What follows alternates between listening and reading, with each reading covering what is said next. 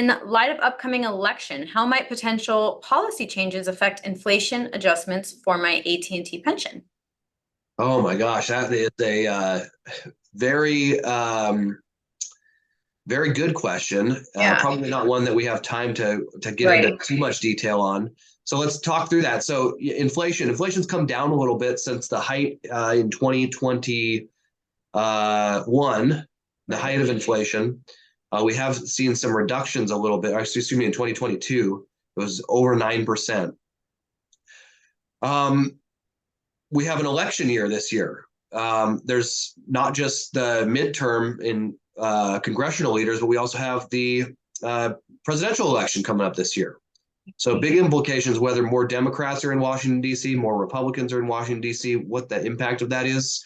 The Federal Reserve, which is supposed to be an independent entity of the president, even though the chairman is selected by the president, that they have the biggest impact on things like interest rates and inflation. And that's their job, is to mitigate inflation while maximizing employment and jobs.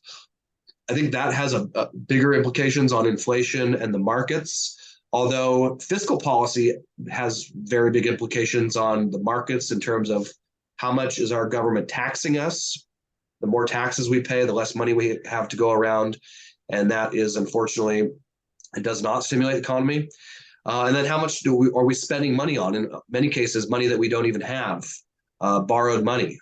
And the more we spend does tend to have a stimulative effect of the economy and the stock market.